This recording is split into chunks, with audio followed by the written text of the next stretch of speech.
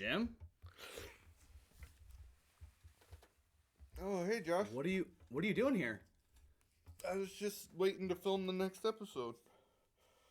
Wait, what was the last episode that we filmed? The Ghostbusters That was 4 Afterlife years ago. trailer. That was 4 years ago. 4 years ago? You need to contact your family. They probably think you're dead. My wife's gonna be pissed, dude. I think you missed COVID. What's COVID?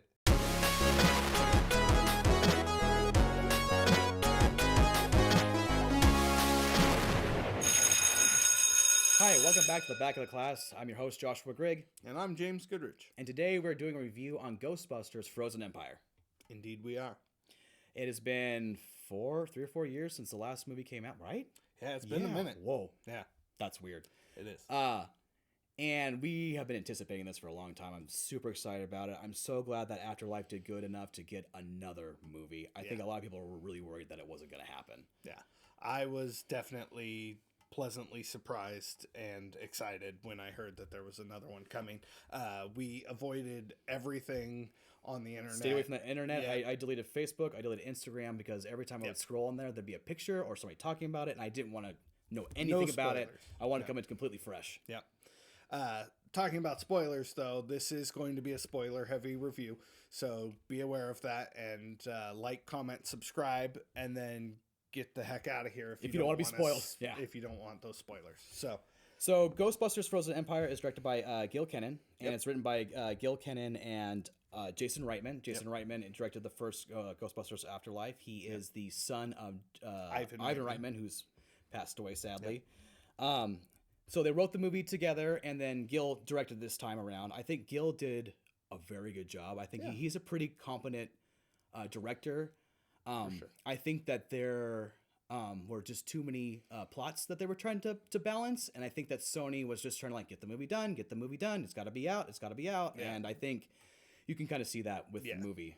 They were trying to tell too many stories, and they didn't deliver on any of them, in my opinion. Yeah, and as far as the story goes, so the story starts out as there is a brass orb, basically, and the gist of it is that there is this ice god or demon inside this brass orb, and there's these people that are like firebenders, and they're the only ones that can capture these ghosts. They're essentially Ghostbusters from the past. Yeah, so those particular ghosts operate on a different level, so normal proton streams and stuff don't work on them. They have to use fire and brass, apparently. Yeah.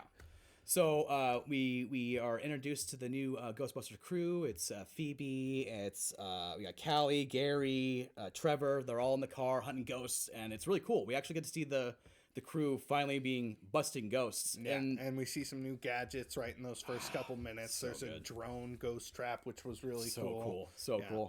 Cool. So they introduce this orb, and the whole time, this ice ghost is trying to get out, and the containment unit is also failing. We come to find out that the ghost is calling to them. Yeah. And it can hypnotize basically a ghost to do what he wants, which is kind of like Sam Hain from the real Ghostbusters, where he's able to Yeah, I think they should have done Sam Hain rather than some random. Yeah, his design was very uninspired. The ice demon. I've got horns and I'm tall and lanky. Okay, so you look like every demon ever. Anyways, and then Phoebe ends up getting fired from the Ghostbusters and ends up meeting this ghost girl one night because she ends up sneaking out. And this we come to find out the ghost girl is she is in cahoots with the ice demon because the ice demon has promised her that she will get her family back and she'll be able to cross over if she helps him. Yeah. So she basically tricks Phoebe into having this relationship, but this relationship never pays off and never goes anywhere. Yeah. It's super frustrating. Why even include it if you're not going to have any kind of payout in the relationship at all? It felt forced and awkward the entire time. Yeah. I don't know. I didn't like it. Yeah, it just felt like we need a plot device to make it so this happens and this happens. Yeah. There's got to be a reason that Phoebe becomes an idiot. She just did not make. I get teenagers are they don't make good decisions. Yeah. I understand that, but she was so smart in the first movie, so intelligent, so charismatic, and that completely is out the door with this new movie. And I'm like, what are we doing? I get characters change, I get they grow older, but you completely changed fundamentally who she was. Yeah. Which I I didn't care for that. Everybody else though, fantastic. Did great. Everybody was great. The old cast was awesome. We get to see them a bunch. Kiss. Actually, you get to see them busting ghosts and helping out the firehouse. Melnez helping out. That was Peter, great. Zeddemore.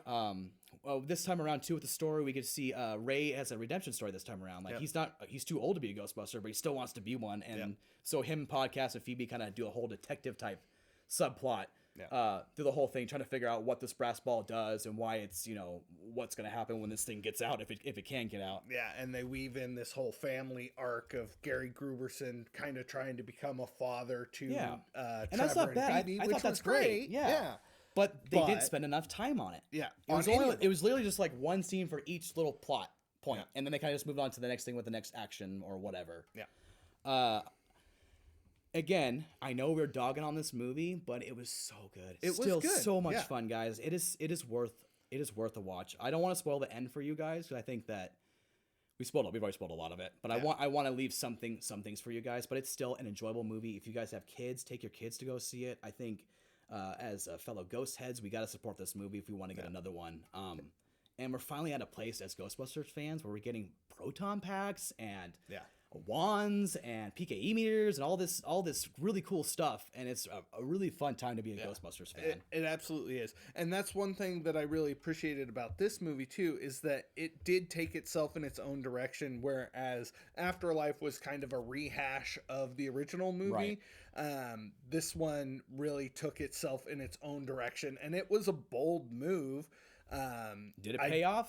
Yes and no. Yeah, I wish it had been executed better, trim some of the fat of some of those extra storylines, and it would have been a much better movie in my Either trim opinion. the fat or get rid of one of the storylines and actually focus on another one. Yeah.